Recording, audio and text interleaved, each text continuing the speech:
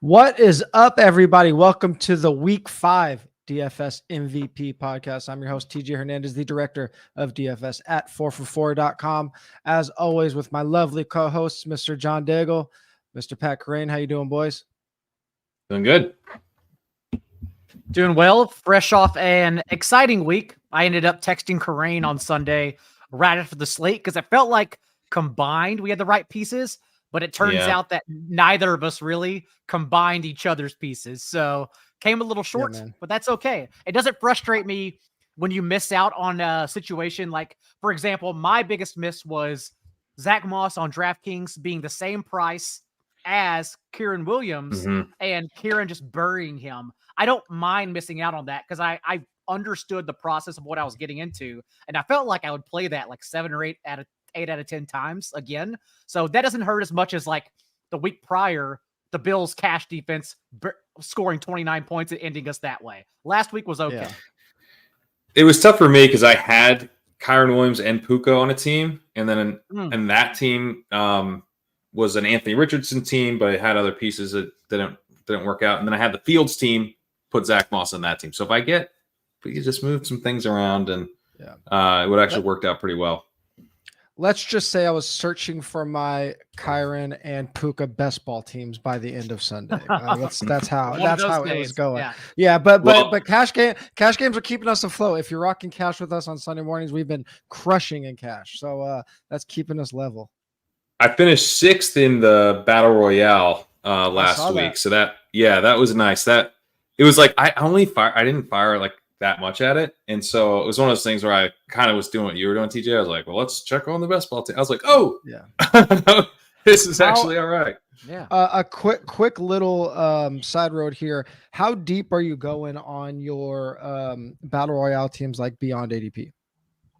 Well, this one, so I tied for 6th. So this actually, this was a reason I duped, so this is a reason to scroll down because you get, when you get like that good of an outcome, you want to, be solo, and I wasn't. So just a reminder, you do want to scroll down. I don't know. I haven't been scrolling down a ton. Like this week, I'm scrolling down for Judy.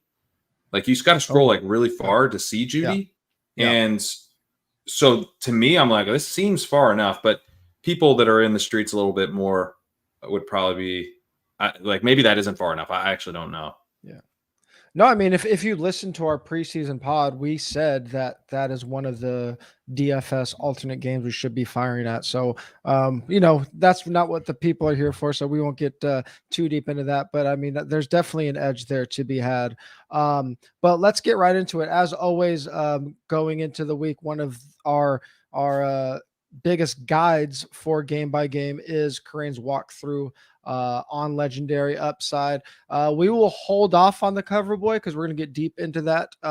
But Pat, any highlights from the walkthrough that you want to touch on before we get into the most popular games this week?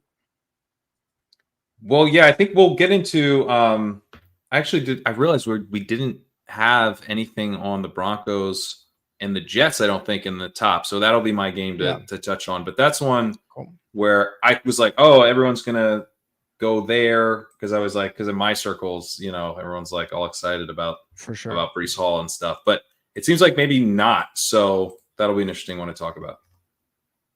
Yeah, I'm excited to talk about it. As always, if you guys haven't signed up for the 4for4 subscription yet, you have a code by watching this podcast on YouTube. Promo code is YouTube. Save 25% by going to 4for4.com/plans, signing up for the DFS subscription. And once you're signed up for a DFS or betting subscription, upgrade to the solver, the best optimizer in the game. They got the Sims rocking over there too. Everything will automatically be integrated with all 4for4 projections, points, ceiling, ownership, all that good stuff. So make sure you check that out. Links below to that, as well as to Pat's walkthrough to legendary upside. Let's get into it. We got a couple shootouts, of a few big spreads, and only a 10-game slate. These short slates are fun because a lot of times we'll get some very concentrated ownership, so it gives us some very clear leverage opportunities, and I think we will definitely get into some of those. Pat, let's start with you. The big game of the week, at least in terms of team total or game total, I'm sorry, is the Chiefs at the Vikings, 53-point over under there. Chiefs favored by 3.5 with the 28.25 total. As you noted in the walkthrough, teams don't blitz Mahomes much. He's only had 19 dropbacks all season where he's faced 5+ pass rushers. But Brian Flores will bring it against Mahomes, and he has done that before. So how do you see that playing out with maybe the Vikings sending a little more pressure at Mahomes than he's used to? And what does that mean for some of the ancillary pass catchers? Obviously, we got Kelsey, but we got some targets per route run data that might point us to some good plays here. Yeah, so I went back and looked just one game, but Brian Flores played Mahomes in 2020, and he did blitz him. Blitz him. Yeah. There was 59% of dropbacks, which is right below the Vikings' 62% rate that they have this season, and the Vikings are right. So it was a lot. He blitzed him a lot, and that kind of worked. Mahomes threw for 3 interceptions, but he also threw for 393 yards and 2 touchdowns and a 33-27 win in that game. So I don't know. I'm hoping Flores feels like, we just gotten there on a couple of those blitzes that my plan would have worked, because it led to big plays for Mahomes, and I think it could lead to big plays for Mahomes again, particularly because the Vikings don't really get to the passer with their typical pass rush, which probably explains why they're blitzing all the time. So I think Mahomes has some real potential for big plays here. Obviously, he always does, Patrick Mahomes, but it hasn't been the most impressive season for Mahomes so far. He's been a little bit below his usual standards. So this would be a spot where you could really see him crushing. And then the way to play it ideally is Travis Kelsey, but then things get very expensive all of a sudden. So Rashee Rice is the guy that's popping for me as just God, he is getting targeted at such a high rate when he's on the field. He has a 32% targets per route run, which is amazing. It's just below Kadarius Toney's 33%. But one of the things I was noting in the walkthrough is that these guys are getting there in 2 different ways. Toney's getting there because he gets screens and truly designed touches. Rashee Rice is getting a lot of first read targets, which, in some sense are designed that, he's the first read in the play. But that's like a traditional wide receiver way of getting kind of designed targets. Like the offense is working like a typical offense, and Rashee Rice is getting fed the ball. I think ultimately his first read target rate, although it will probably decline with more playing time, is more stable than Kadarius Toney's. Kadarius Toney's playing a full slate of routes. He's not going to get screens on a third of the plays, whereas Rashee Rice, maybe on a fifth of the plays, he is the first read if he can get out there. So I don't know how much playing time Rice is going to see. My guess is he probably runs 55% of the routes or 60% of the routes if we're lucky. And so that's tough, but he is the dude that if he gets out there a little bit more in a good matchup, I think could have a really good game. Yeah, I think we were saying this with either JSN or Addison last week. Once they get to the 70-80% route participation, it's gone, right? We missed it. So we need to be ahead of it anyway. So even if 50%, that's pretty damn good in this spot against the Vikings. He can still pop there. The concern with the Chiefs is always the combination of price and ownership. We want to get the discount on the ownership. It doesn't look like we're going to get it this week, except for maybe Rice. Early in the week, I had an early double-digit ownership projection on Rice on DK because he's so cheap. I think we might see that pulled back a little bit, particularly because of the Amon-Ra St. Brown injury. It's going to open up some cheap lines there. So I think we get a little ownership relief on Rice there, hopefully, if we are stacking this game. But always the concern with the high salaries on the Chiefs. It's always just hard to play them. Daigle on the other side, this is a game that's matching up 2 teams that are very pass happy. That's why we like it. That's why we have the high over under. Minnesota 3rd in passing rate over expectations, as you noted on the podcast with Paulson this week, that Cousins basically plays to his competition. And if that holds true, then the Vikings should have some passing goodness for us. We all know it's Justin Jefferson's show every single week. TJ Hawkinson has a target share over 20%, but he's expensive. Kind of goes against again, expensive guys in this game. It's really tough. If we're trying to get unique in this game, is it stack Kirk? Do we throw darts at Addison? I mean, what do you see being the unique side of the Minnesota side, if there even is one? I do think it's a double stack Kirk kind of week. as you mentioned, because the Vikings are just punching up or down based on their opponent. Over 25 fantasy points against the Eagles and Chargers for Cousins, and 16.5 in week 1 against Tampa Bay, and less than 10 this past game against Carolina, as the Vikings, even on their opening drive, drove the field, then get inside the 5-yard line. And Cousins, of course, throws a pick 6 and lets $2,500 Panthers defense get there. But yes, the way it works out contextually in DFS, it just makes more sense to go to the Vikings side because of what you can then do on the opposite with the Chiefs. Whereas both of you already broke it down.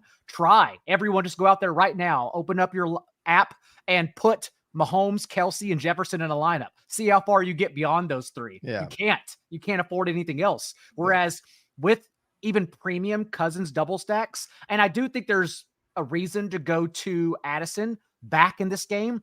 Yes, KJ Osborne is still running more routes in every single game, but we also think the Vikings will have to keep up, and thus Addison will be on the field more logically. So we take those darts in tournaments. And he's getting targeted so much. Like if he runs fewer routes than Osborne, I don't care. He's running enough routes. I don't even need him to break out. Like, what if I just say I'm playing tournaments? What if he gets lucky, like in week 1, where coverage breaks down against the Bucs? What if he scores one long big touchdown? That's all he does in week 2. I'll take that. I'll gladly play that at 5,300 on DraftKings. So that's kind of how I'm looking at it. And again, you can afford Kirk, Jefferson, and Hawkinson acting as a blocker to Kelce and cheaper. So you can do that. And then you can pick where you go with the Chiefs, because you can do Rice for all the reasons Karain mentioned. You can also do Pacheco as a unique way to get there. I was just going to ask about that. Pacheco's coming off a career high, not season high, a career high 77% of the Chiefs' backfield touches. Like now he's getting everything. McKinnon, everyone keeps trying to squeeze in on passing downs. The fact is McKinnon's averaging 3 touches per game. He doesn't matter at all. Maybe he luck boxes into a touchdown inside the 5-yard line, but this has now become Pacheco's backfield. And so that's how I'm kind of looking at it based on Pacheco's salary on both DraftKings and FanDuel tool, because he's so cheap. So I think elite and premium Cousins double stacks is how we get here this week. Yeah, I like that. Speaking of Pacheco, again, early in the week, we had a relatively high projection on him. Like he'll probably still come in the low teens, maybe even like 11 or 12. But if we look at the guys around him, HN, Breece Hall, Dave Montgomery's a little more expensive. But James Conner, like they're all going to cannibalize each other's ownership a little bit. I don't think like HN's going to be, we'll get to that, but HN's going to be the one that runs away with it in that price range. But Pacheco is the unique way to get there. I mean, if we look at either of you guys can answer this. If we look at the touch shares, Madison is one of 4 backs that has at least 70% of the backfield touches in every game. It's easy just to be like, oh, he's the leverage on everybody because everyone's going to be popular and everyone's playing the passing games. Chiefs are 5th in adjusted fantasy points allowed to running backs. And I mean, Akers is still kind of creeping. He didn't get a lot of work, but he got some work. Is there any credence to Madison leverage here? I personally don't think so, because I'm trying to project, and it was also a season low in snaps for Madison, a season low in share of backfield touches for Madison. And he did run nearly double the routes, 11 to Cam Akers 6, but Akers earned another target, because that's kind of the issue, is Madison is struggling to be an efficient player. So it's not for me. So Karain, unless you can sell me on that. No, I mean, I think it could get there just like if he scores enough touchdowns, but it's like the yards per route run for Madison is 0.62, which is RB 38. And we just saw Akers come in and steal some targets. So like, I'm out. Like I don't have any interest in a guy who's fragile in the receiving game in this matchup. Yeah, I don't know if this is a bad omen for Madison, but last week's FanDuel Sunday Million winner actually had Cam Akers in the flex with like 4 FanDuel points. He just saved salary, so maybe that's just like the football gods telling us not to play Madison. For cash game purposes, I mean, everyone here is kind of a fringe play. Pacheco's 6,600 FanDuel, 5,700 DK. Like I said, a lot of running backs in that range. Kelce's obviously very expensive, top tight end option on FanDuel in terms of value. not even going to mention his price because it's annoying on FanDuel. Rashee Rice is a punt option on DK. Mahomes top 2 quarterback value on FanDuel. And then Jefferson, if you could fit him, he's always a good value, but he is super duper expensive. Let's move on to the Eagles at the Rams. 50-point over under. We'll start with the Eagles side here. They're favored on the road. Daigle 27.75 team total. This is a really tough spot on the Eagles side, at least from a tournament perspective, because kind of all the things like we're used to from teams like the Chiefs, we see with the Eagles. Everybody's expensive and everybody's going to be high owned. So like the only dude that stands out as a contrarian option on, at least in the passing game, is Dallas Goedert, or like maybe we just hope that Devontae Smith gets lost in the shuffle. But right now they're all projecting for double-digit ownership. And I mean, the only like thing going for Goddard is that the Rams are 27th in schedule adjusted points allowed to tight ends, but that's very weighted by them just giving it up last week to both Colts tight ends. So I mean, I don't know. What do we do here with this high salary, high ownership passing game? What makes this such a tough week too is you not only have the decision to make on Achane, and maybe it is as simple as just rostering him. If Jeff Wilson's active, I think I would beg to differ given the other elite options in his range that you discussed earlier, but also because you kind of have to pick the top heavy stack you go to. Like once you get to Jefferson or once you get to Tyreek Hill, you can't just fit in Cooper Kupp and Nakua. Like it's not that simple. And you can do that. It makes sense, but then you lose the others. So you really have to get your premium options right this week, especially since running back just doesn't matter. Like, oh, hey, here's Bijan, and that's about it. Because when Tony Pollard and Christian McCaffrey are down to the slate, everyone just goes down at running back. You then have to decide which receivers to pay up for instead. So yeah, it's tough. It's honestly tough. Even DeAndre Swift continues popping in optimals, but although he scored the rushing touchdown last week, we know he doesn't get carries inside the 5-yard line often enough. And previously, he wasn't getting targets. He did sneak in with 3 in the first quarter last week, ended up with 5. But overall, usually they weren't even using their running backs in the passing game. So it's just tough. I think I'd stick with A.J. Brown in this case, who has separated the past 2 games. Now on the season as a whole, 43 targets to Devontae Smith's 29. But I think I look to the Rams side and just try to run it back one time. Even if that's with Dallas Goedert instead of Tyler Higbee, try to get unique like that. But I think I'm more interested in the Rams passing the ball as opposed to the Eagles. Yeah, I like that take on it. Yeah. Yeah, I mean, and like I said, all these guys are going to be owned. They're not going to be super chalky, but I mean, right now we have Brown in like that 10 to 15% range, basically at the same salary as Jamar, who's going to be right now projecting over 20%. So you are getting like some ownership relief if you play AJ instead of Jamar, but it's just like you're not getting single digit on these guys here. On the other side, on the Rams side, Corain, I mean, the most obvious talking point here is that Cooper Kupp's expected to come back. I actually love that he's expected to come back because it's just going to depress all of their ownerships. Like I think I would expect Kupp and Puka just to be around that like 7.5%, 8% range. And Puka got a salary bump. He's 7,700 on DK, I think. But the Eagles are like a crazy pass funnel, at least so far. So how does Kupp impact Puka and the other players? Really, I mean, Tutu was a buy low for a second. Is this just a matter of hoping pass protection holds up and this game shoots out? Yeah, and I really like this game environment. I think, it's one where the Eagles should have a lot of success through the air. And I think, the Rams, obviously getting Cooper Kupp back is pretty big. But the big question is, can they get the ball out quickly? And if they can, this is like a pretty beatable Eagles secondary. So, and the Rams, like that's kind of what they're doing. Like this was the question last week, and we saw Puka have a really big game. It's not all that dissimilar of a setup where compared to the Colts, where you can beat the Colts secondary. They have a decent pass rush. Eagles have a decent pass rush. So I think probably we're going to get who knows how much Kupp, right? But to whatever he can give us, we're going to be seeing a lot of first read targets for Kupp, a lot of shallow intermediate routes. And then we're going to see a lot of that from Puka too. And that's probably how this offense is going to be designed this week. Like those two guys are, one, their best 2 wide receivers, but 2, I think that shallow intermediate skill set is what fits this matchup the best. So I'm worried about Tutu. I don't have a lot of faith in how many routes he runs, because like I've just like followed football enough to know that Sean McVay is going to leave Van Jefferson out there enough to make me mad, and it's like, if Van Jefferson's out there, Tutu's probably the guy coming off the field, and his route participation is probably going to be lower than we would like to see. But I bet Puka's out there a lot still. Like, I bet he's running a full slate of routes, even with Kupp back. Kupp being back also, I think, makes me more interested in Stafford. Like, he hasn't thrown a lot of touchdowns, right?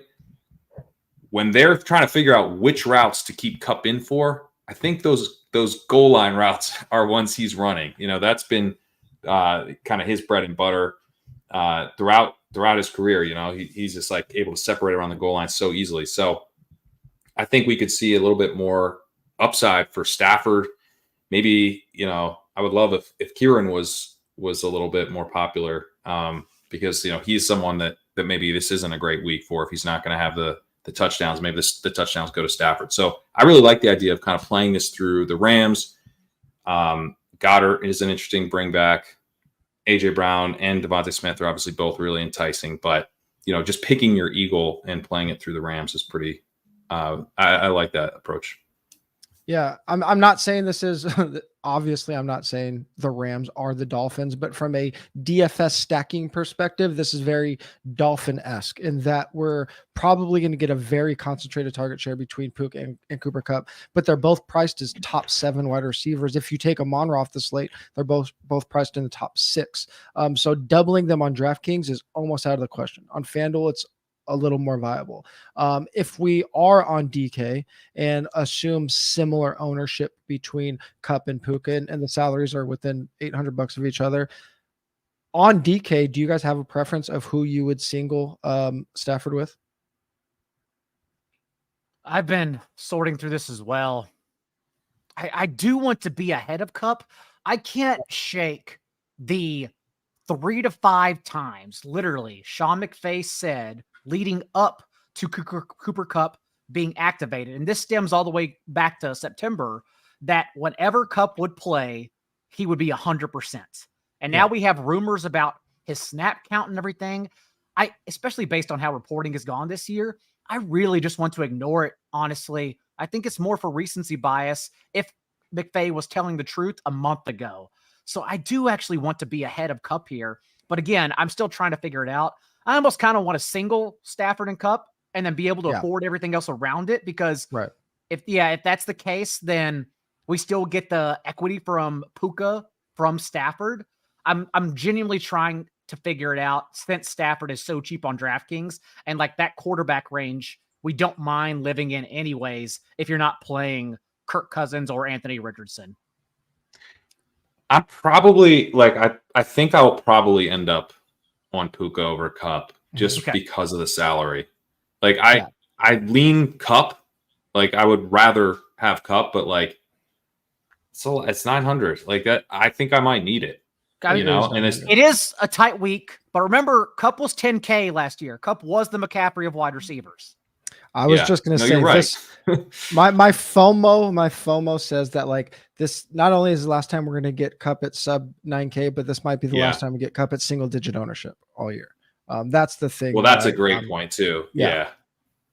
I mean, it's a great game environment. I think it is probably a better game environment than the game with the higher total. I think this is a fun one to attack. For cash games, Jalen Hurts is in 90% of optimals on FanDuel. Obviously easier to fit expensive quarterbacks there. Stafford is a top 3 quarterback value on both sides. Top DK quarterback. DeAndre Swift and AJ Brown, both in that like fringe cash game range. But as Daigle mentioned, DeAndre Swift is probably a little too thin. I would say way too thin for cash games right now.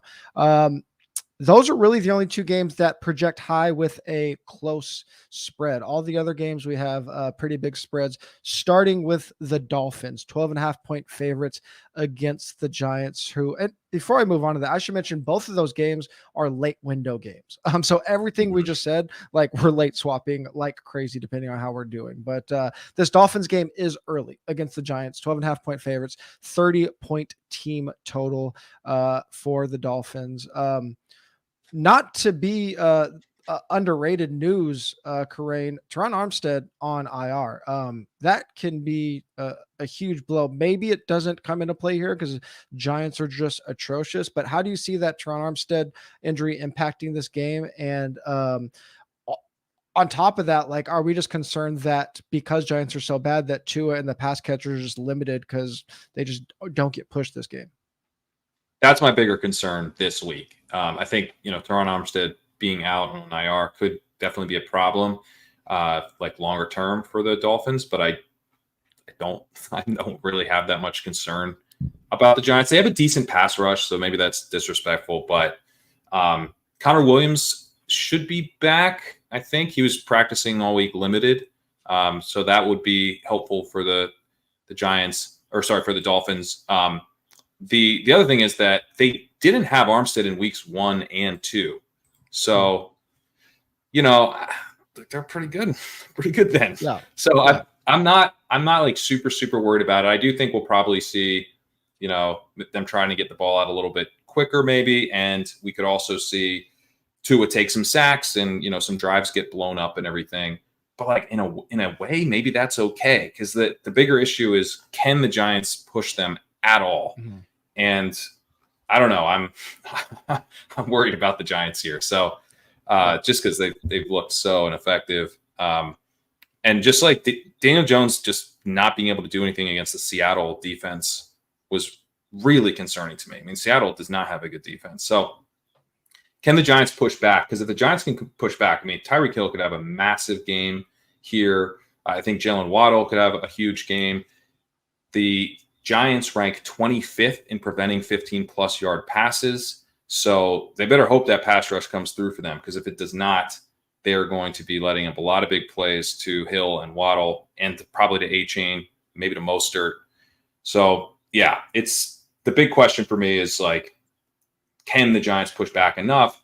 In a way, I think if the Giants can, maybe that hurts the A-Chan stuff, because is he going to get a ton of playing time in a competitive game? I actually don't know. I think maybe that would still be Mostert, and they know what they have, and it's like you got a 31-year-old and a rookie, and if you're trying to beat the Giants in week 5, maybe play the 31-year-old, and keep the rookie fresh, unless you're trying to like just see what you can do with Achane later in garbage time. So I don't know. I that's one of the ways I could see maybe this failing, is if the Giants don't. If the Giants do push back more than expected. I always have a pretty conservative first run of ownership on Thursday and Friday, just because we just don't have that much information. So I had a bunch of guys like in the 20 to 25% range. As the week progresses, it feels like, just from looking at Twitter and seeing some other articles, that HN is going to be closer to 30%. So like before we get to Daigle and the Giants side, like, I mean, what is your guys' take on a 30% HN? This is a blow up spot. I mean, everything's trending up. Snaps are going up, touch shares going up. Like, is that just a function of like the game flows that we've had? Does Jeff Wilson come back? Like, how are we playing this HN thing? Because I think HN is the like decision point of the week. I reference in my article, rush yards over expected per game, success rate, NFL Next Gen success rate, breakaway yards per game, elusive rating. I reference those a lot. HN is RB1 in all of those. Mm-hmm. And it's crazy to see him RB1 in the per game metrics when he's not getting used a lot. Like, it's not like per attempt stuff. You put the denominator as games, and it's still HN as the running back one. He's averaging 14.1 fantasy points over expected per game. I mean, that's like most people's workload, and that's just the efficiency he's adding on top.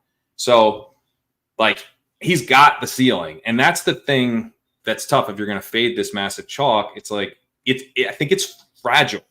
Like, I can see ways where he doesn't get there because, like, they go through Mostert or they go through the passing game. He doesn't get a bump in playing time, and he's not insanely efficient for the first time. But I think I have to play some of them because I can just see him going nuclear here. It's just annoying because last week, after Achane had 4 touchdowns, as Mostert did, Mostert was still 6,500. That's what we had the discussion last week about Mostert's salary, psychologically being the better tournament play. And then here is Achane dominating Mostert at this time around, and he's still not 6,500 on DraftKings. He's only 6,100. So it's like they also mispriced him, not only based on his performance to date, but based on the current situation on his own team. So I feel like I have to play him, and I don't like being cornered like that, but that's the way I feel right now. Yeah, my concern with Achane, like in large field stuff, I think I'm just like overweight on him. I mean, I'm not playing 150 lineups anyway, so take that with a grain of salt. My concern is that in 100, 200 man stuff, we get kickoff and he's like 55, 60%. That's my concern. I think it could be higher than that. Yeah, exactly. Yeah, that's my real concern about. And I'm not even saying that's wrong. Maybe it's right. That's what's frustrating. Yeah. I don't know.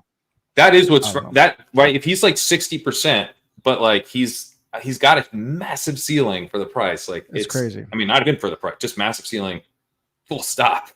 And then he helps you fit other stuff. So it's tough.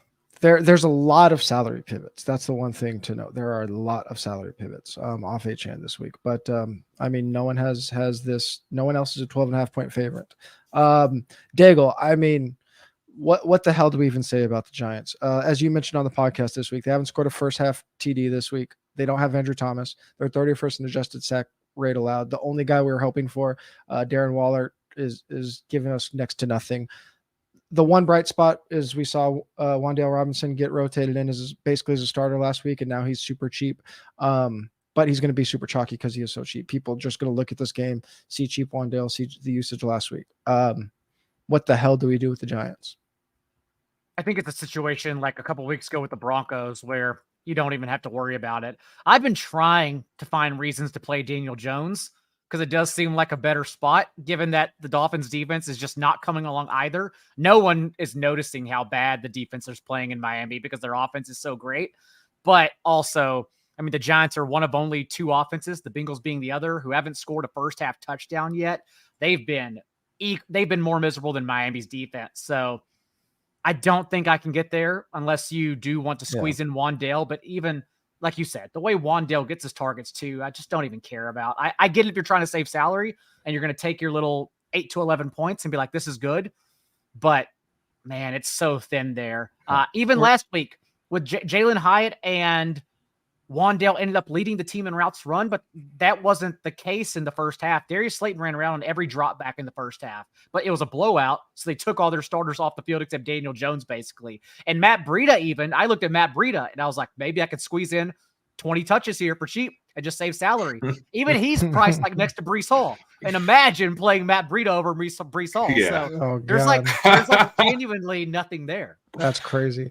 I mean, the problem with Jones is he's given us nothing through the air. 32% of his fantasy points have come on the ground this year. The only other player above 25% from their points from the ground is Lamar Jackson. The difference is Lamar is averaging 22 fantasy points per game. Daniel Jones is averaging 13.5. So I agree. Like there's nothing here. Like the thesis of playing Daniel Jones will just lead you back to playing Josh Dobbs because he has the rushing floor and he's been better. So why not just play Josh Dobbs? Very, very good point. Cash game notes. I mentioned Wan'Dale super cheap, punt option on DK. Achane, I mean, from a value perspective, he's a fringe cash game value, 7,500 FanDuel, 6,000 DK.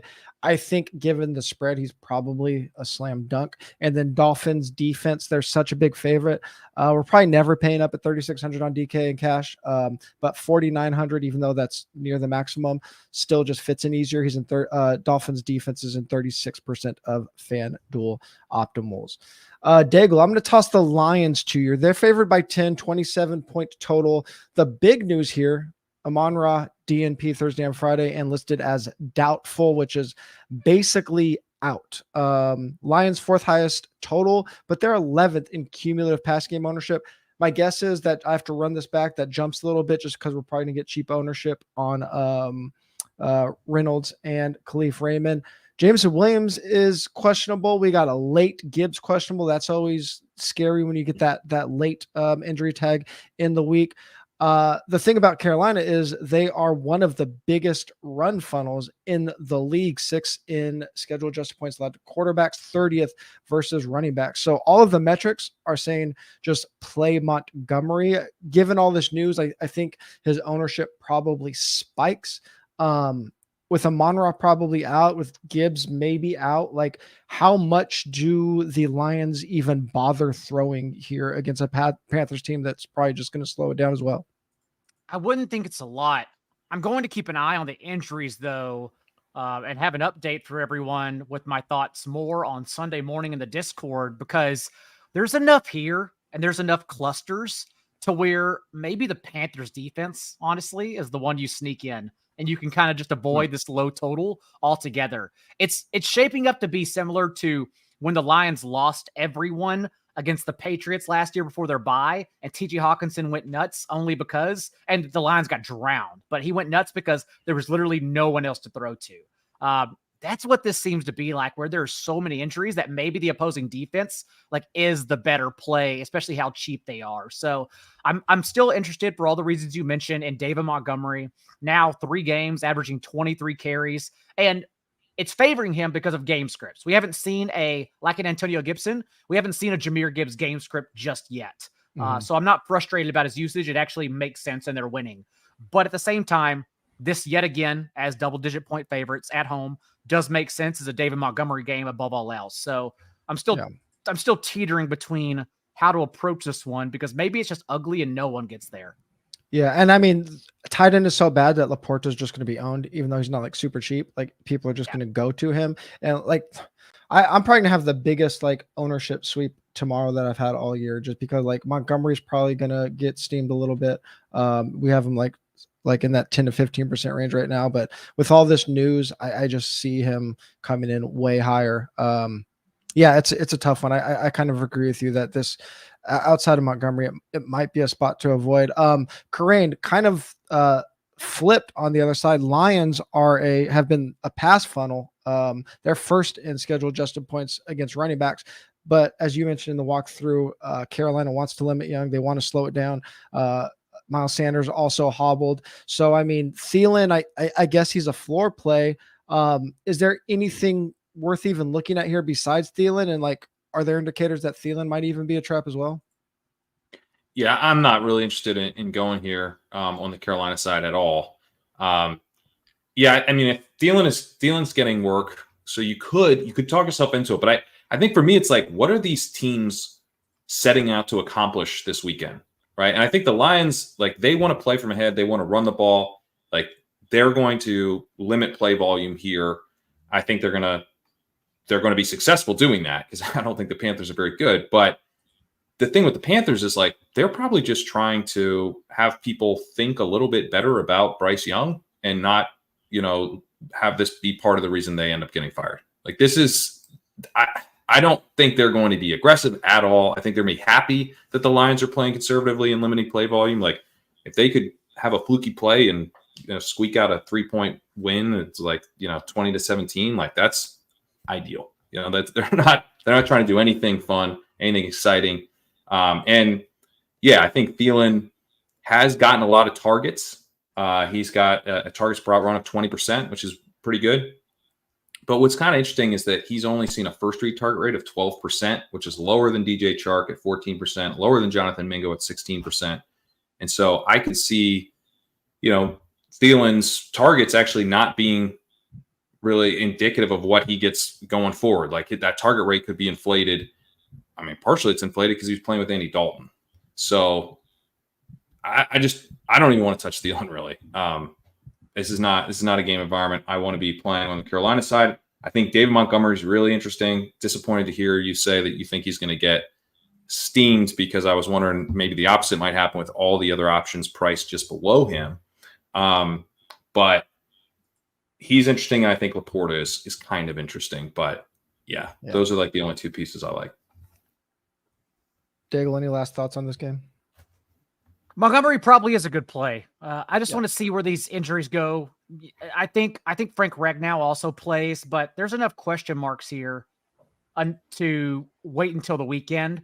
Jahmyr Gibbs, especially since he was a Friday downgrade, always concerning. And that's really why I mean, not the only reason, but I mean, if Gibbs is out, or like we even have news that he's limited, Montgomery might jump Achane in ownership if Gibbs is out. Like, seriously, that's how crazy it can get. Sam Laporta's top 2 tight end value on both sites. He's in the FanDuel optimal. Thielen popping in a few DK optimals, but I don't think outside of Montgomery there's anything we need to force in cash games.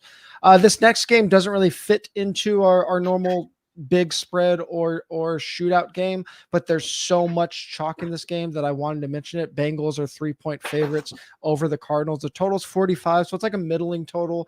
Both defenses are exploitable, so there could be something here. Karain, the question I have is, how do we weight how bad Burrow's been versus how great of a matchup this is, and how does that factor into the fact that Jamar, Mixon, and Boyd are all probably going to be very chalky this week, with Higgins most likely out? I mean, this is an awesome matchup for Burrow. I said in the walkthrough, basically, if he can't put up points here, then he really shouldn't be out on the field. Like, he's not healthy enough to be on the field if he can't put up points against the Cardinals. I think we should be very optimistic about Jamar Chase getting targets here without T. Higgins, and Joe Mixon. He's getting a lot of work. If he's attached to a good offense again, he will have a good week. So just like before we tackle on the salary layer and the ownership layer, this looks like a good spot for Joe Burrow to bounce back. But like, then when I have to pay up a lot for Jamar Chase and he's going to be chalky, I suddenly am not interested. This team has really struggled. So looking at Joe Burrow's throws to the intermediate and deep parts of the field this year, and his PFF grades on those throws are way down. It's interesting. He's not taking more sacks, but he's just not like doing the Burrow stuff that made him worth. He takes a lot of sacks generally, but that's okay because he does fun Burrow stuff in the intermediate and deep parts of the field, and he's not doing that right now. Denny Carter pointed out earlier this week that they're getting blitzed a lot more. Cardinals don't really do that a ton, so maybe that's another reason why he bounces back here. But this is not like, I don't know. I'm kind of surprised that this is a spot where people are just running to, because like T. Higgins being out certainly solidifies Jamar Chase's role, but like, he's Jamar Chase. He's already he has a 30% target share already. Like, is he gonna be at like 40%, or is he just definitely going to have a really high target share this week? Like, it almost seems more of like a floor play to me than, like the floor's higher now with Higgins out, but I don't know that the ceiling is that much higher with Higgins out. It really comes down to whether he can be explosive with Joe Burrow. And that's kind of a separate question of whether or not Higgins is playing. That's a Joe Burrow question. Certainly a good matchup. I do expect that they will have a much better game than they've had so far, but with the chalk and the ownership, the chalk and the prices here, I think I'm going to be looking elsewhere mostly. We did get a full practice day out of Irv Smith. He's been out the last 2 weeks. I mean, he's probably going to be the one guy that comes in at single-digit ownership. Obviously, it's just like praying for a touchdown with Irv. But if tight end sucks, like, why not leverage off of all the chalky teammates? Maybe. Yeah. I mean, is that just a Hail? Is it too much of a Hail Mary? No, I don't think so. Daigle, on the Cardinals side, like, when we have all of this Bengals chalk, we would hope we're getting Cardinals contrarian plays, but we're not. Marquise is going to be owned. Ertz is going to be owned. Maybe Connor isn't owned. So I don't want to play chalky Cardinals pass catchers, but I'm very interested in like a direct leverage play off of one of the chalkiest running backs on the week in the same game. How do you feel about that? It makes all the sense in the world for Marquise Brown too. I was trying to figure out how to play one of them because I think it's a really good spot for the Cardinals. And once I saw that, like, we are projecting 20% Marquise Brown, which makes sense on DraftKings because he's so cheap. He's seen 30% of the team's targets the last 3 games, and they're not budging him at all. And he's getting there. He's just not being budged at all. So he's a great play, but Connor is my favorite among that group. Going to be single digits in that stacked group of mid-tier running backs. And it's such a sweet spot. Like the Bengals quietly have allowed the second highest rate of 10-yard runs. They're one of only 3 different defenses allowing 5 yards per carry on the ground as well. It's such an amazing spot for Connor. I know people saw him lose a little bit of the passing work to MRE DeMercado last week, but also like just in the first half alone, Connor outcarried DeMercado 10-0, and still they split targets. But the fact is Connor is still being used in the passing game, and he's getting all the rushing work. And so that's the kind of player, especially at low ownership, that I genuinely don't mind having in this spot. Yeah. And if you told us before the season started that this game was going to be a 3-point spread and not a 10-point spread, you never would have believed it. So, Connor's just he's in a really, really good leverage spot here. I have so much money on the Cardinals -3, and it feels so fishy, but even their slate of opponents, like the Cardinals have the Cowboys and 49ers in the rearview mirror, and they're top 10 in yards per play in the NFL right now. Like, just based on their opponents, the Cardinals are a better team than this Bengals team. Good also, teams, great teams covered. Cardinals covered 3 or 4. Dobbs has been good, and he's been facing the Cowboys and the 49ers the last couple of weeks. Exactly. Like he might crush. Is he like? I was just thinking, like, can I play Dobbs? The run back would be obvious because then you can play Jamar Chase. Yeah, then you can play Jamar Chase. Yes. And Mixon, it seems is also coming around. Are we onslaughting Cardinals? I haven't got there yet mentally. Maybe I haven't got there though. Oh, he's 5,200. I get Ertz. I got my double stack. I got my tight end taken care of. Yeah. My God. God. Man. Lots of cash game notes in this one.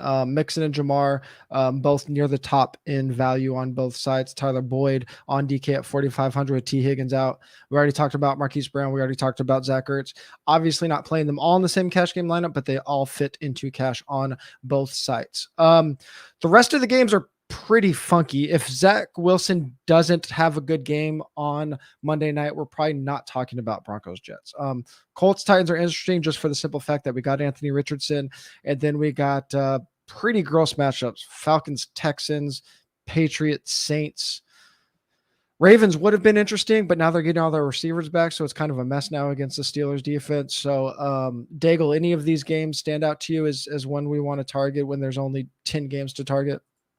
I am very interested in the Colts Titans still because of just how Anthony Richardson projects. He's always going to project with a high ceiling given as to how he plays, but overs are baked in. Like the Texans covering being a much better team than meets the eye, and the Colts being an over team.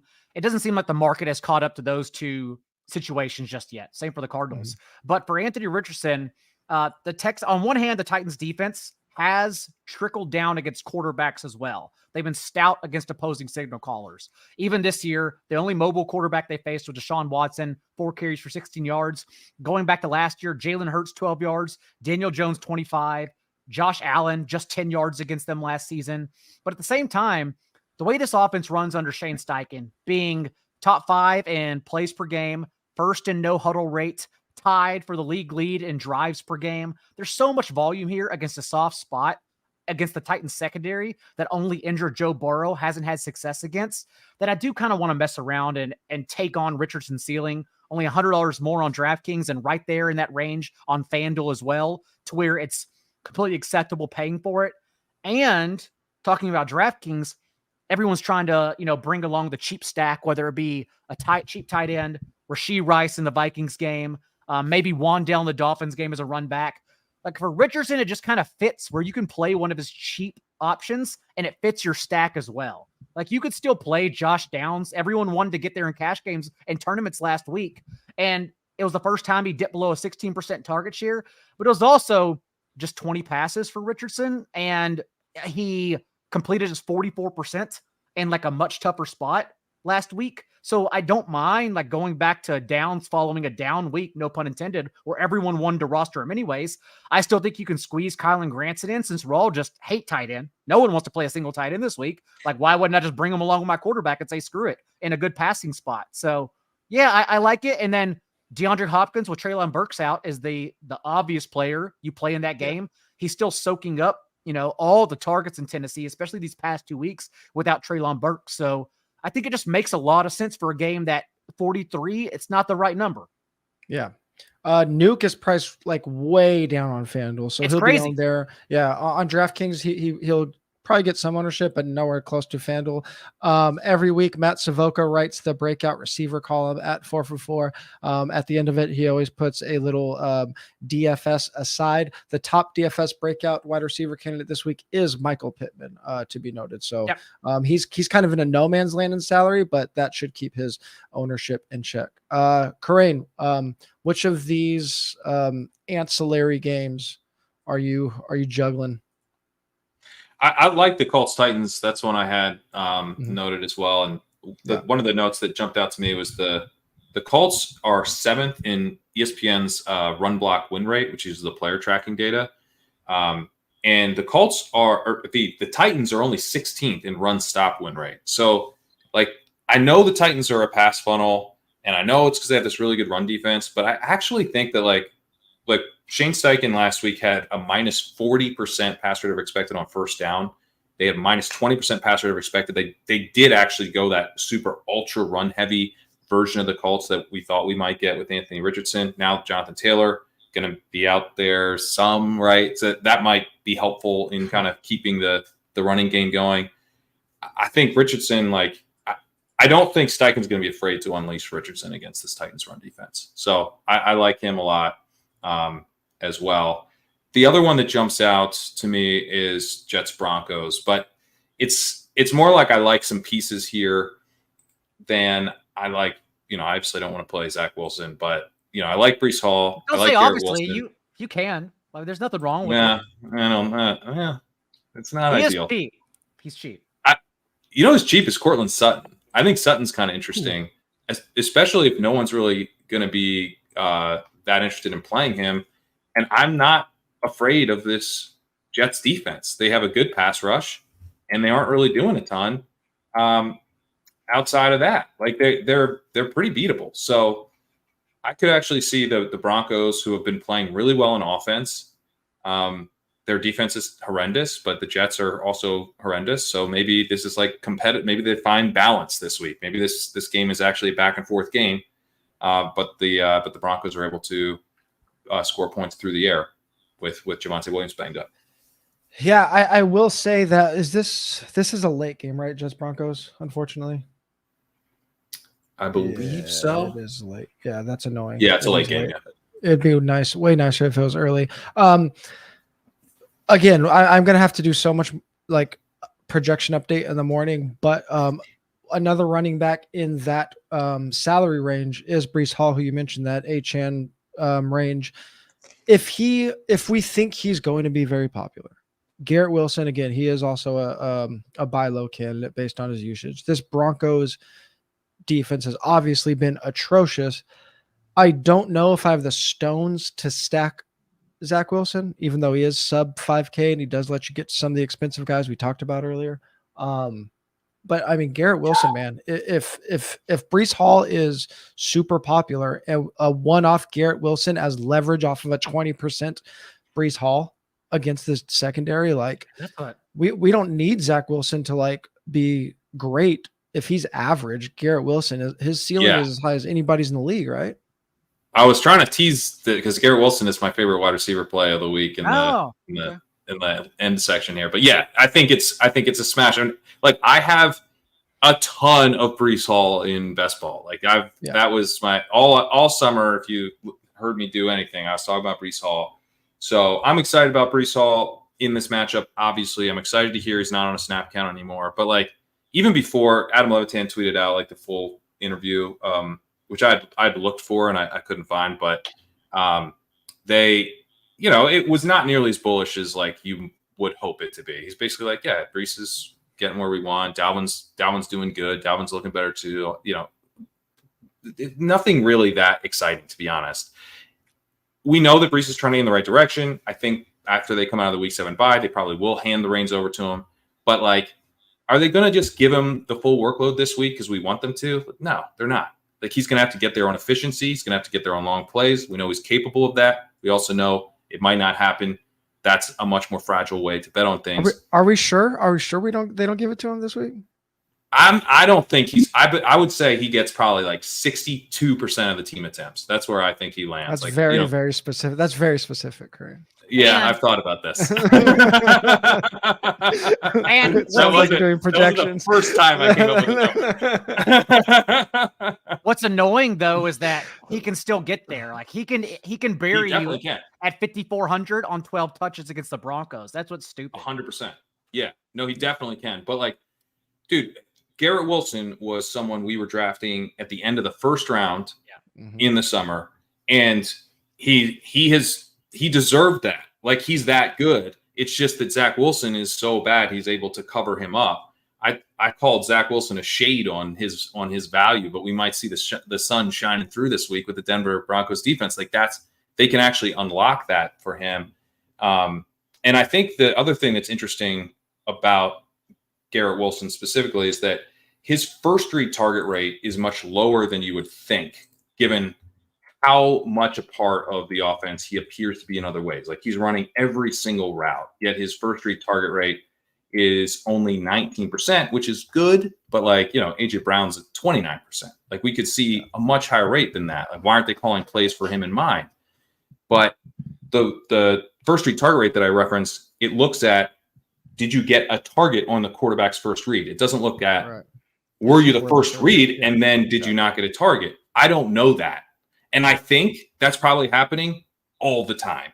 And so what this matchup could unlock is Zach Wilson is able to hit his first read a lot more often because he's in rhythm. He's going against a bad defense. He's almost throwing on air, right? Like, in practice, I'm sure Garrett Wilson's the first read nonstop. So I think it unlocks a potential ceiling on Garrett Wilson's target share that is kind of there in most like competent defensive matchups. I think sometimes it's as simple as saying he's seen 32% target share in each of his last 3 games.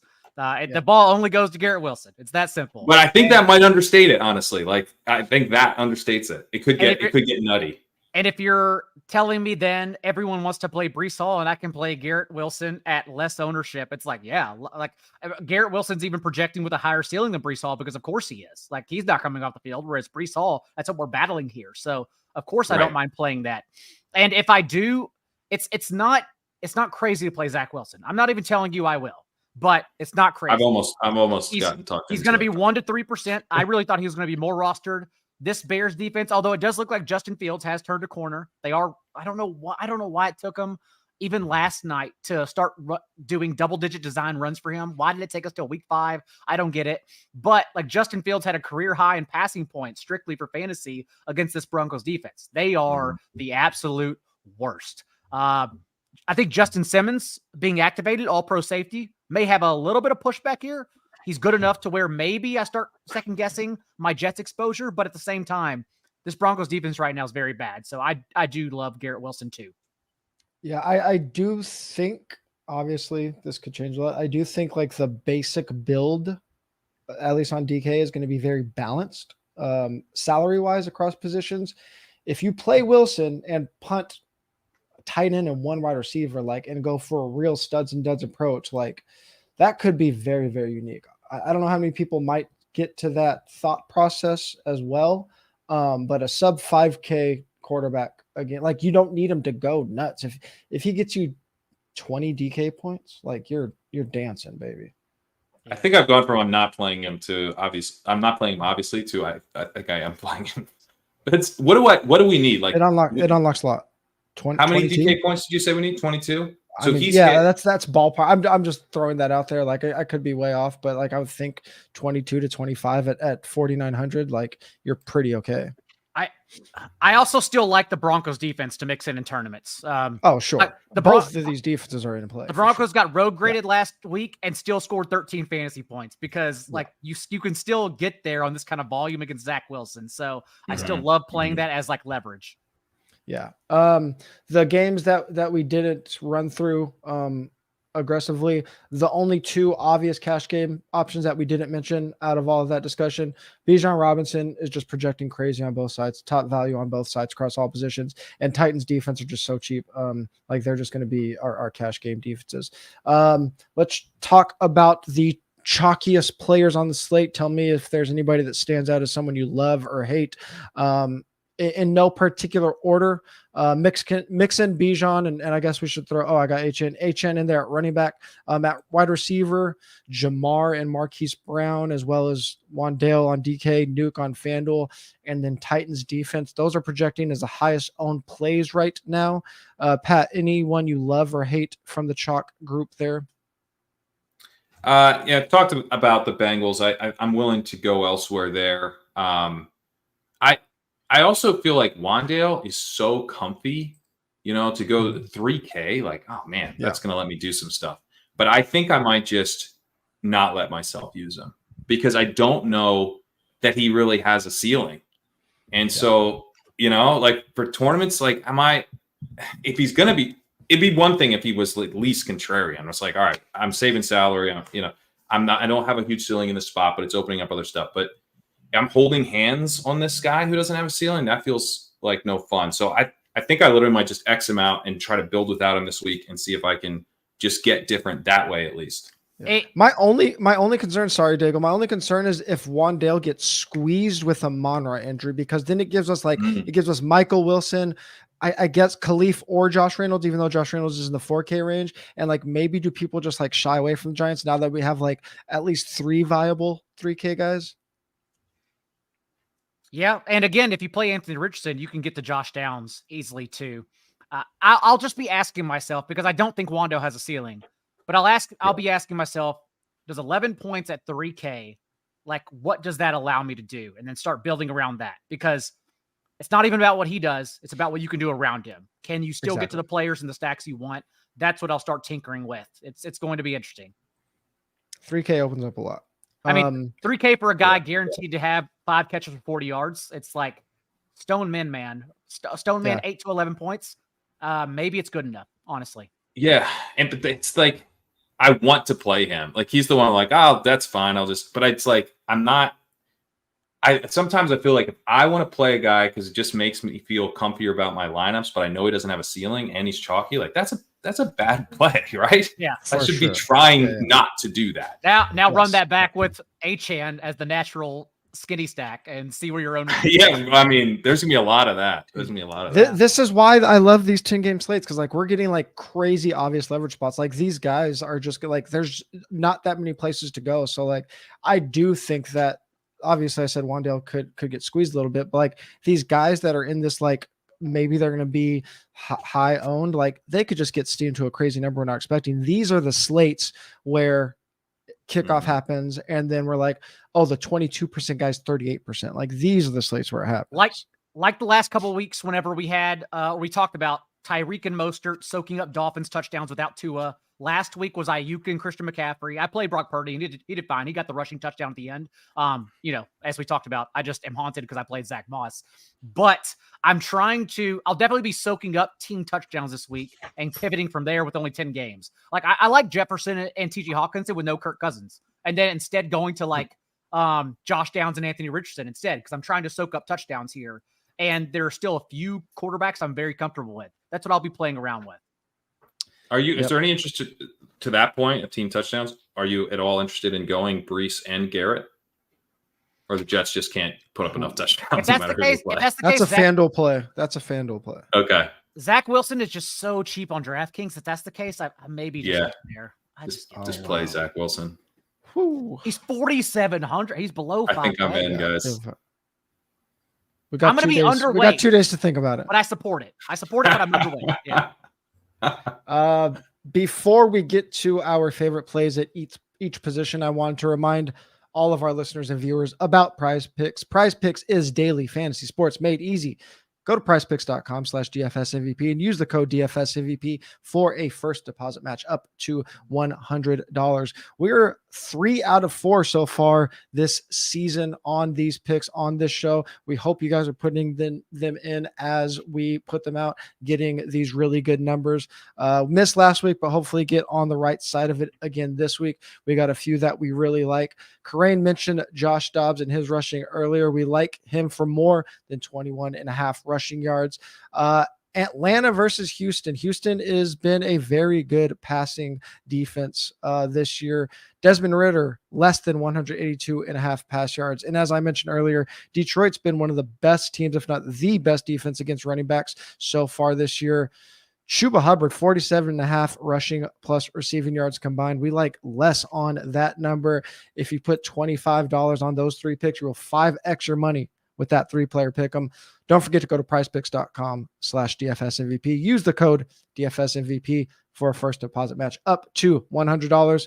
Prizepicks.com is daily fantasy sports made easy. All right. Everybody's favorite part of the show where we give you guys the answers to the test. Corain, starting at quarterback. We basically have been teasing this the whole time. Basically been teasing this team the whole time. Tell me about the quarterback.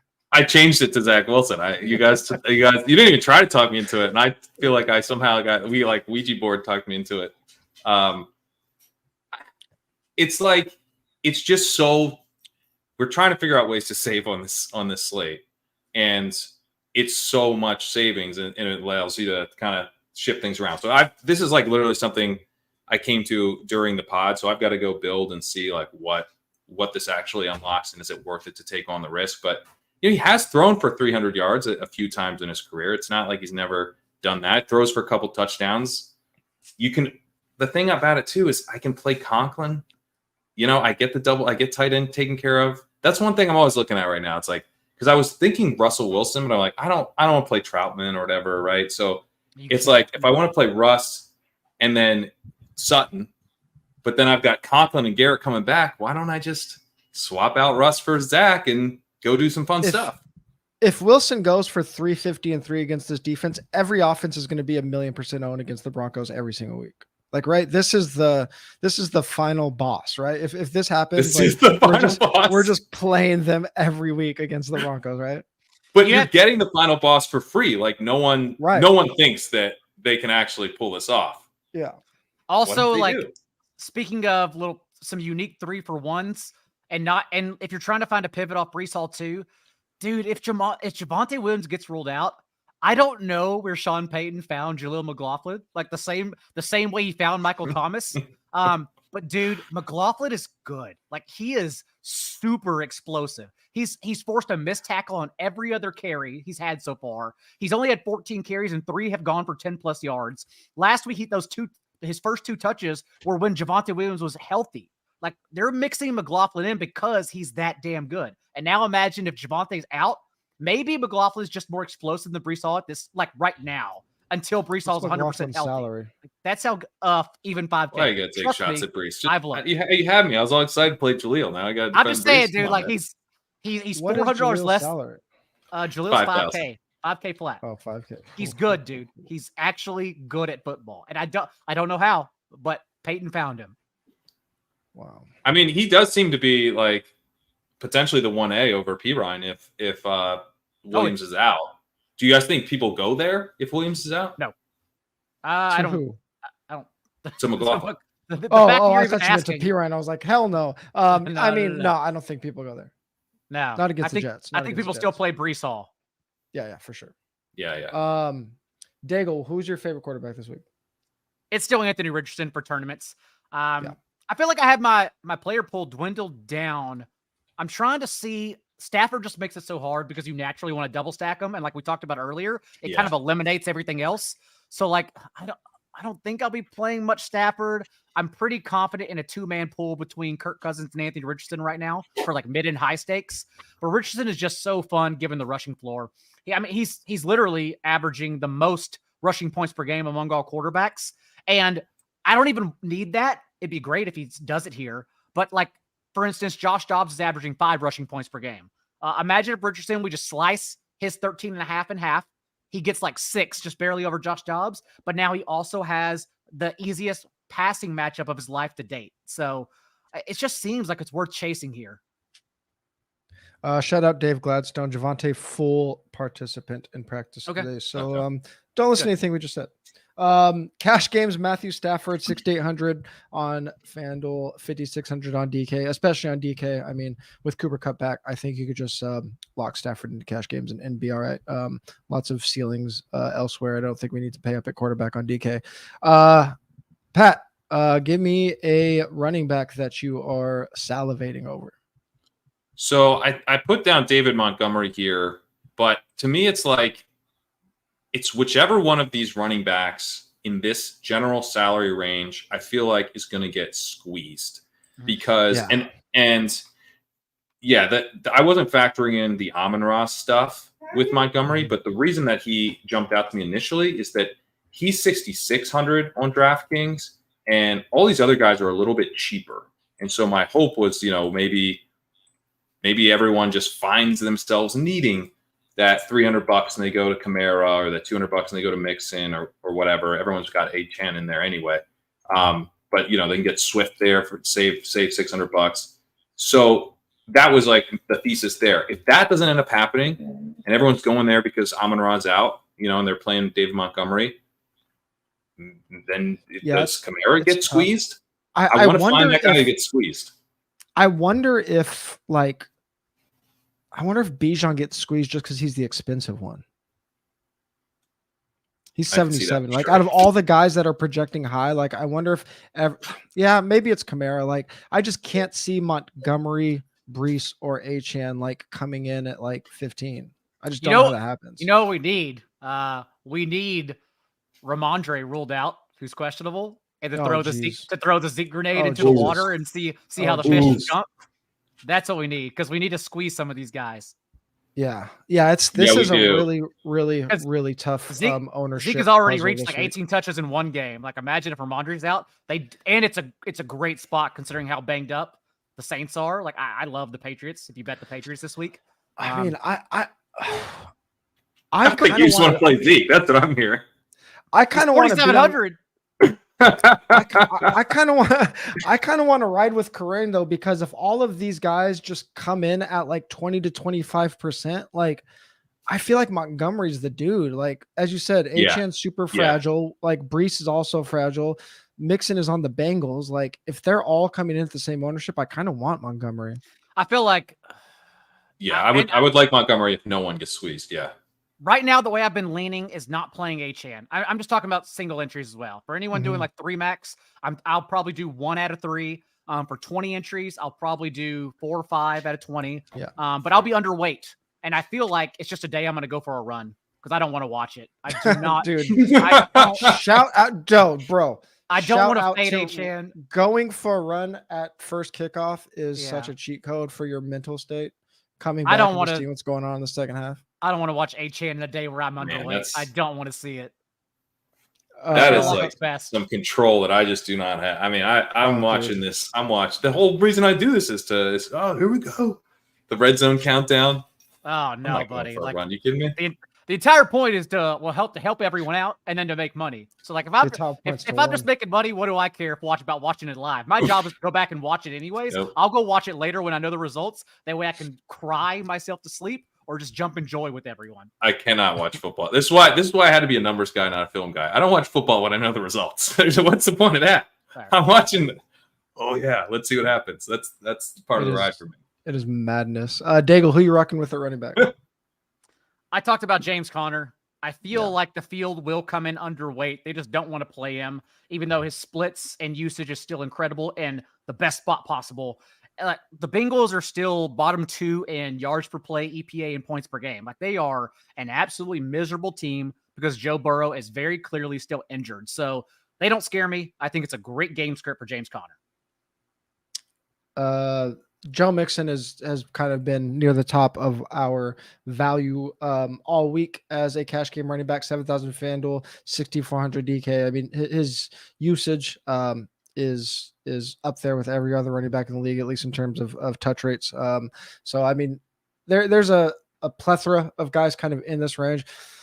Honestly, Montgomery probably leaps him for me, but we do have to remember that Montgomery's priced way up on FanDuel. So if we're just talking sweeping across both sides, Mixon is the play for me, at least in cash games. Crane, let's go back to that Jets game for your wide receiver. Yeah, Garrett Wilson. I kind of already made the whole spiel on him. But yeah, we don't have to touch it too much.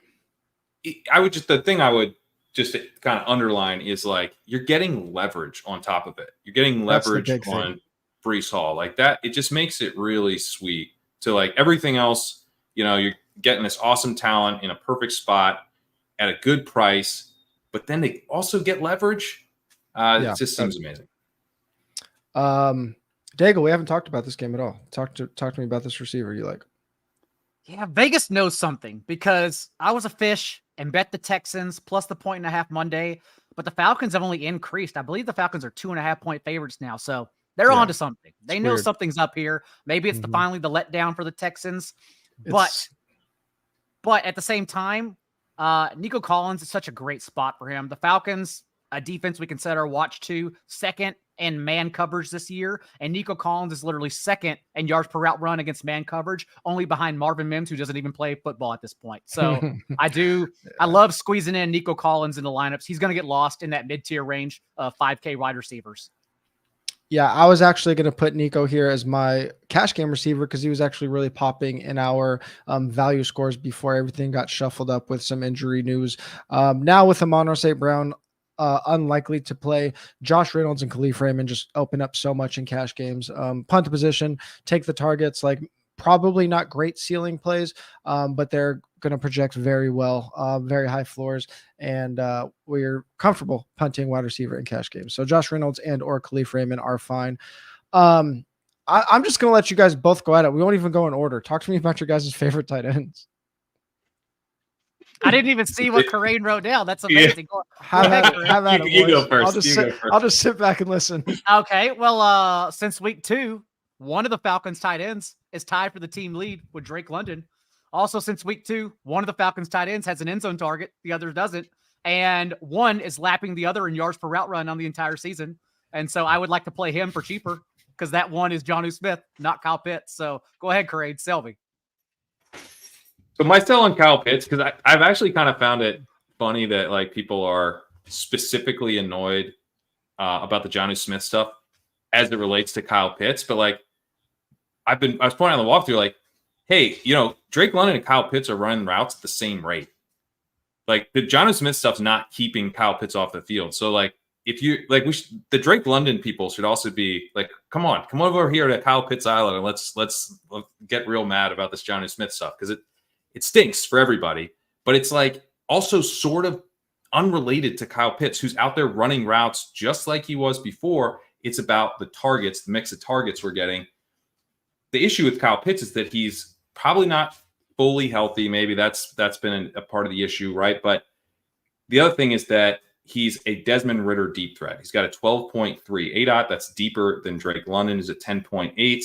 He's got a 28% air yard share. That's more than Drake London. I know air yards don't win us any money, but we have a chance to play a guy who's like, he's 3,300. It's like he's a splash play player. So what am I doing? I'm punting. It's a wide receiver punt. It's like a deep threat wide receiver punt that I get to put in my tight end slot. So I'm gonna play a little Kyle Pitts this week. My only thing is this was baked in to his ADP if you were behind it this offseason, because the argument was his first 2 years in the league, he was top 2 in depth of target. He only gets deep shots. He gets nothing underneath. And Desmond Ridder in his starts last year was literally leading the league in inaccurate pass rate at a quarterbacks with 100 dropbacks. And the same stuff is happening yet again that was baked in this offseason. Kyle Pitts, of course, literally dead last among all tight ends in catchable pass rate because he's playing with Desmond Ridder, and he also leads the league in depth of target. Nothing has changed whatsoever. So you say 3,300, and I say get me to 2,500 and let's talk. All right, but seriously, like it doesn't. I mean, it's kind of silly to just go like, oh, the deep threat, the volatile deep threat play hasn't hit yet. Therefore, like he's got to basically be stone min before I would have any interest. Like he's a volatile deep threat. We're going to go stretches where he doesn't hit. Now, putting him with Desmond Ridder does not help at all. It makes things much worse. And so, odds are he doesn't do anything this week. But for 3,300, I'm getting a chance to like get there in like one play at a position where nothing's going on. So efficiency to me does matter, and it comes back to his 3,300. It's the volatile deep threat on a bottom 4 rate of pass attempts per game. Like, that's why I got off. Like, I don't like that either. We talked about DJ Chark last week, but then I got off DJ Chark when it was Bryce Young because I knew I was losing efficiency and volume. So with Kyle Pitts from Desmond Ridder in the Falcons, we are losing efficiency and volume. That's why I argue against it. That's true. That's true. I love hosting so much. Also, DJ, you love hosting until you see that Jonnu Smith is actually the cash game playing tight end this week, and I'm not kidding. We're not playing Jonnu Smith. He's 2,900 and he dominates. Like, you have to play him. In cash game, Zach Ertz is 5,100 on FanDuel, 3,500 on DK. Don't overthink it. Take the tight end that leads all tight ends in target share this year. We have him as top 2 DK value. Oh, yeah, he's the cash play. I forgot about Zach Ertz. Yeah, Zach Ertz is so forgettable. Easy slam dunk cash. Don't overthink that one. Still forgettable, but play confidence over Zach Ertz. Cash is boring. We play boring players, and we just double our money every week in BD. Karain, who do you like for a DST this week? We talked leverage, and everybody. Now, I want to hear, guys, if you think I'm like missing something on this Bengals stuff. Like, is this really such a good matchup that we're going to get Joe Burrow looking awesome this week without T. Higgins? Like, I'm like, Joe Burrow's really struggled, and now he lost T. Higgins. And I get that he gets this great matchup, but he's really struggled. Like, he is down there with the worst quarterbacks in the league when you look at success rate, EPA per play. Like, he has looked terrible. And the thing he does best, throwing downfield is where he's struggling. So, and defenses don't respect him right now. They're blitzing him at a much higher rate. Like, all of this is like red flag after red flag. We get one good matchup with the Cardinals defense, and the field is like, we're back in. So great. If you're back in, I'm going to play the Cardinals defense, and we'll see how it goes. That's how I'm going to play.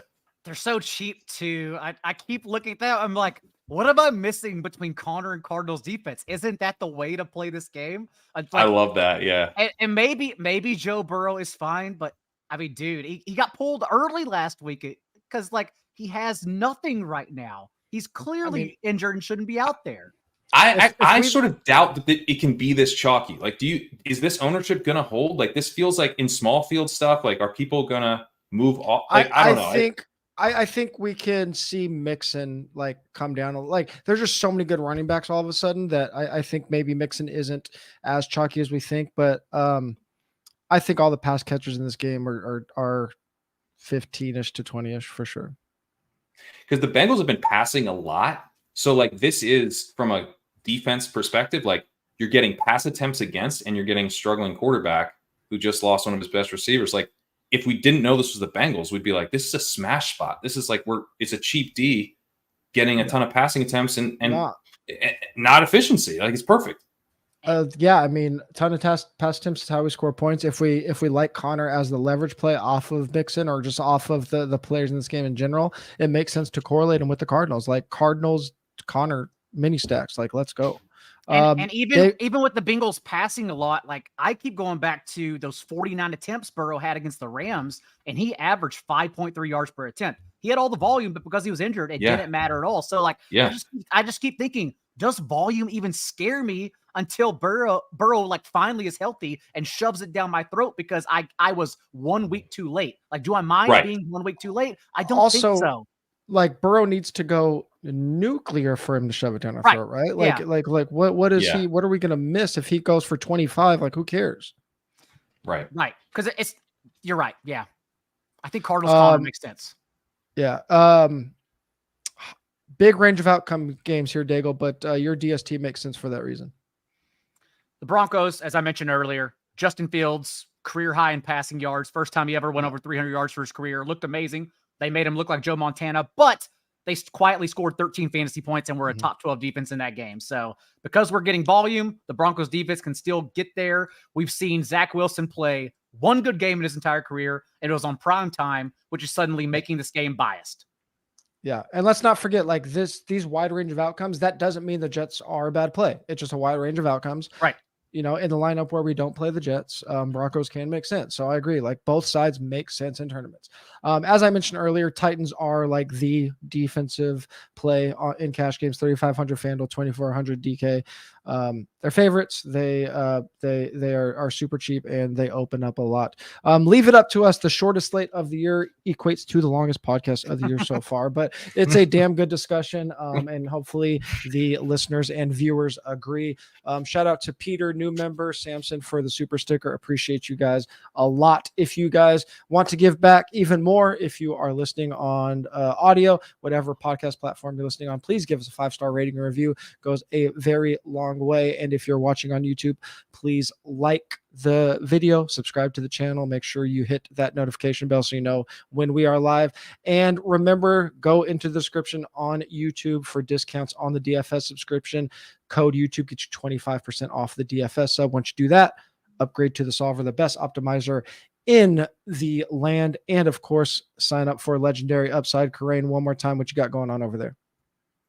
Yeah, legendaryupside.com. You can sign up, read the walkthrough, head over there and check it out. The first 3 games, including the Dolphins game with the Devin Achan cover boy write-up is all above the paywall. I also, the Legendary Upside podcast, wherever you get your podcast, you can listen to that free preview narrated by me. Premium subscribers get the whole thing narrated as part of the package. So head on over to legendaryupside.com.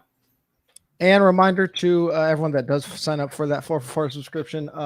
Every week is important to be in Sunday morning Discord. This might be the most important one so far because so much is changing. So many players in similar ownership and salary ranges that we're really going to be down to the minute on deciding like what players we are over and underweight on. So make sure you are in that Sunday morning Discord and follow us on the socials, X/Twitter, whatever the hell you call it. Pat is at Pat Karain.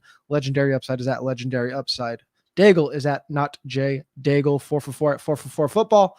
I'm at TJ Hernandez. We will talk to you guys Sunday morning in that 4for4 Discord.